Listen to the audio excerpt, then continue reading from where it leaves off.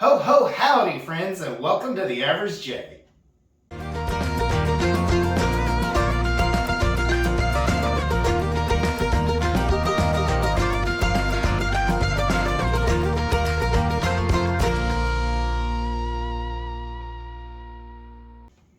It is December, so it is the holiday season.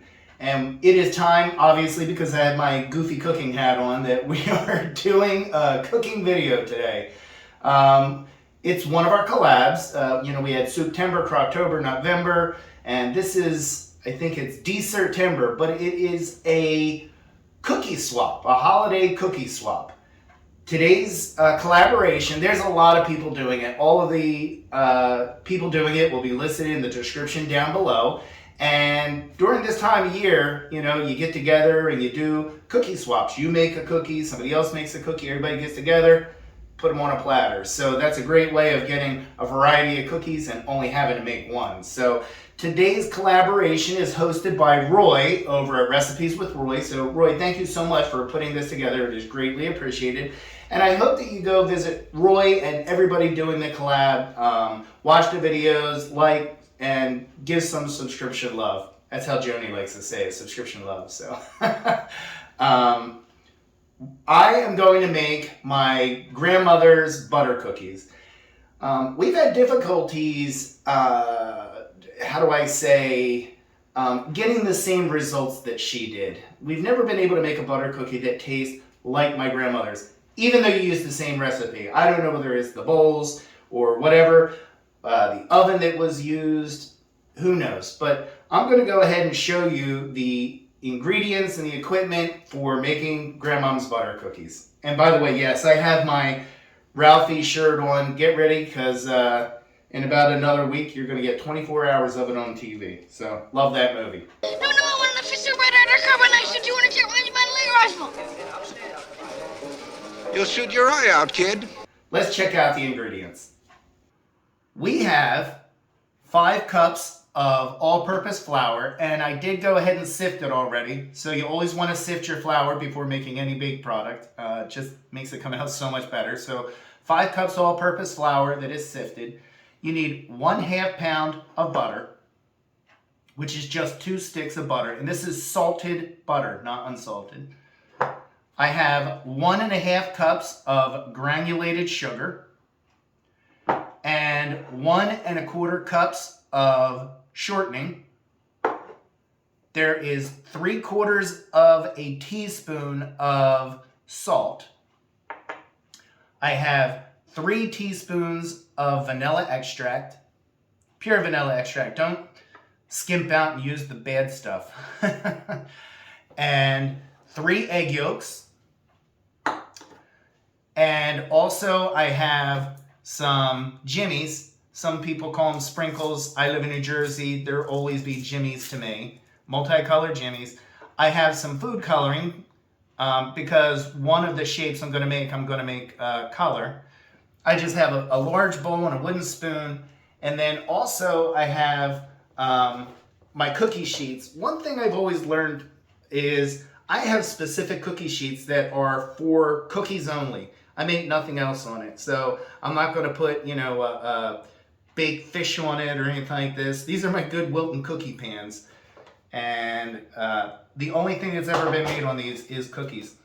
And the last thing that you'll need is a cookie press. So I use the Wilton's cookie press. I remember growing up, my mom had one. It was a cylinder with like a handle that you had to twist and everything. This is more of a ratcheted motion, like a caulk gun. That's it. So it's kind of like a caulking gun. The first thing I'm going to do, I'm going to put the flour and the eggs to the side, the sugar. We're going to get our bowl, and we're going to take, like I said, 1/2 pound of butter. We'll throw them in there. And your butter should be at room temperature so that it creams easier, just to let you know. And the shortening.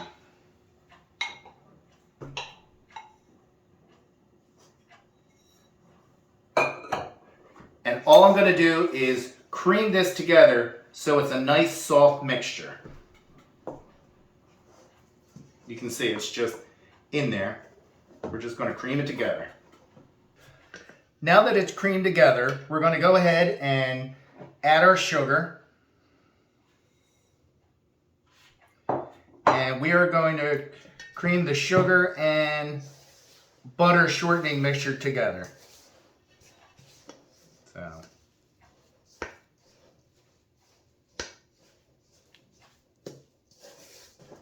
The sugar is now creamed. It looks like mashed potatoes at this point. Once you get it all creamed in, you're going to take your 3 egg yolks and you're going to just drop them in. And you're going to mix this up well. Make sure that egg gets all over everything. So you can see.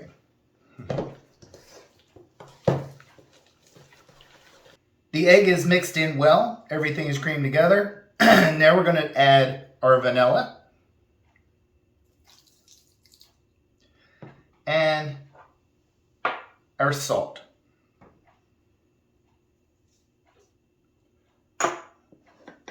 We're going to mix that together. Once everything is mixed together, we're going to go ahead and start adding our flour. So you don't want to add it all at one time. You're going to add it gradually, maybe about a cup at a time. It'd be nice if I got it all in there, wouldn't it?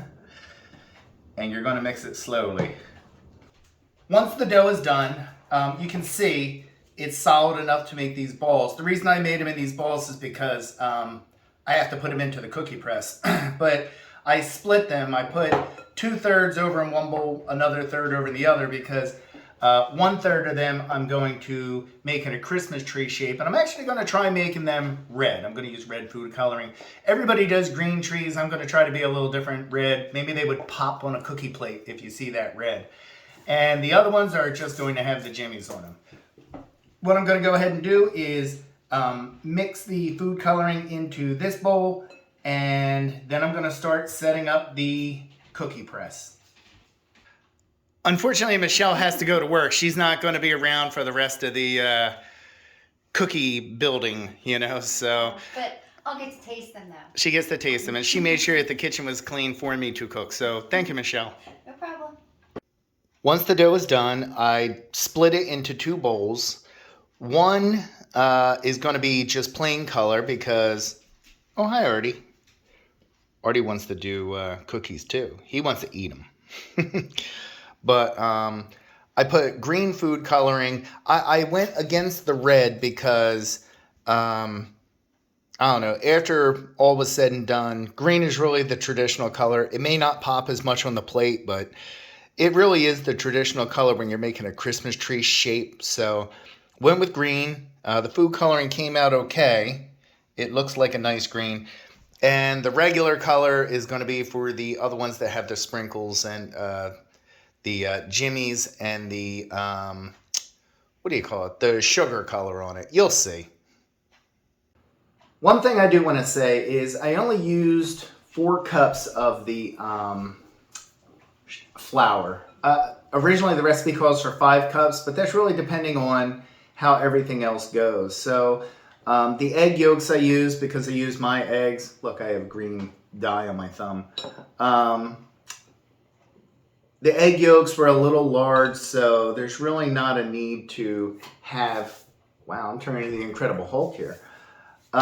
There's really not a need to have all full 5 cups of flour depending on how thick the dough is. So I know I said earlier it's like a bread dough, but it doesn't have to necessarily be that your hands come out clean like a loaf of bread. But so for this particular unit, it, like I said, it's like a caulk gun, and all you're going to do is load your dough in here.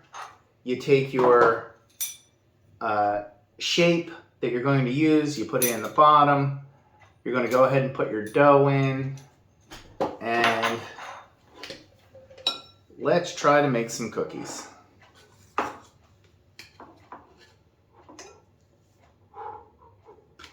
Loading up the gun.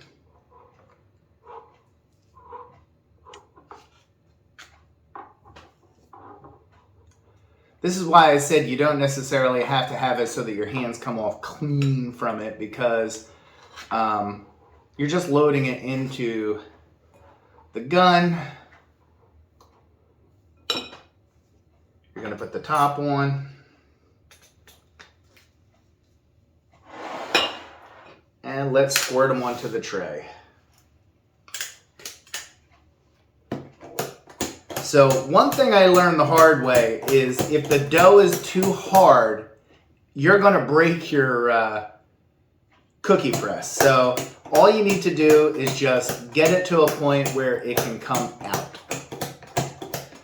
So I'm just trying to start it out. And the cookie came out.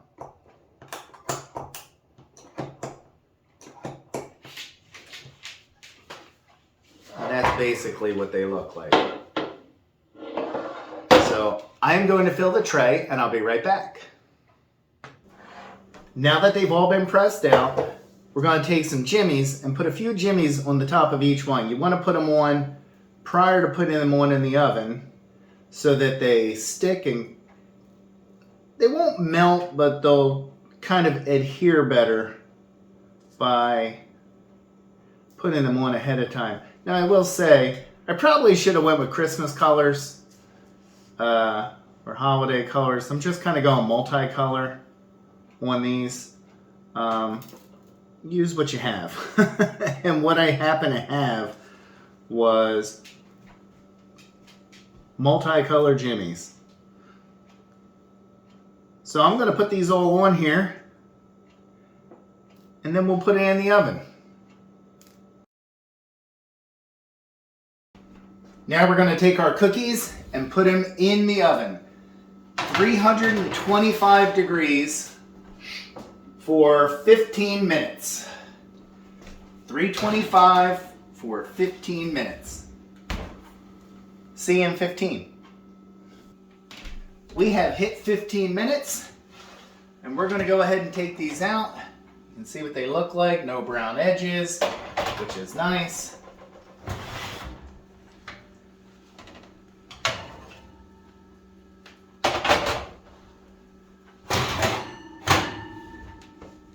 And we're going to let them sit for about 5 minutes and then we're going to put them on a cooling rack. First batch is done and on the cooling racks. Now we're going to do the second shape. We are on to shape number 2 and it's kind of like a snowflake. As you can see, I'm not real great with the press. I guess that takes experience, but most of them made it the same way. And this is why, if you see this, I put this red sugar on it. They call it sprinkles. That is why I call the other things jimmies. But we're going to go ahead and put these in the oven, again, 325 for 15 minutes. Our cookies are done. So we have our little Christmas trees, we have our little floweries, and we have our little quote-unquote snowflakes with the red sugar sprinkles and the multicolored jimmies on the flowers. So luckily the green came out very good in the cookies. Unfortunately, the green is on my hand. Let me see if I can show this. Yeah, you can see the green on my hand. That was not good, but... And Artie wants to eat them. Artie wants to eat all the cookies. Last time a golden retriever ate butter cookies, he had explosive diarrhea. Oh, that's nice. Nice for the video. Michelle's home from work by the time I finish these, so she made it for the end. But this is what Grandma's butter cookies look like. Just a couple of key things. Remember, you do not want to make the batter too thick. You don't want it to be runny, but if it's too thick, you're going to break your little cookie press. So just make sure the dough isn't too thick. That is going to do it for Dessert Tember, our December cookie swap, for our holiday cookie swap. I can't give Artie a cookie. As tempting as it is, we just took him to the vet a couple days ago, and he had an upset belly. So I can't give him anything except for boiled chicken and cooked eggs for a couple more days. But this is the final product of my grandmother's butter cookies. Thank you very much for watching. I am not real good on the cookie press, I have to say. That's the problem when you don't do something very often. I've only done it oh my goodness, first off, I don't think I've done it since I was a kid, but you have to be really specific on the cookie press because my cookies are a little fat and maybe not holding the shape they should, but Michelle, Alex, and myself all tasted them and they taste very, Michelle's giving a thumbs up. They do taste like my grandmother's butter cookies. Here, I'll eat one because I got yelled at for not eating my own stuff one time.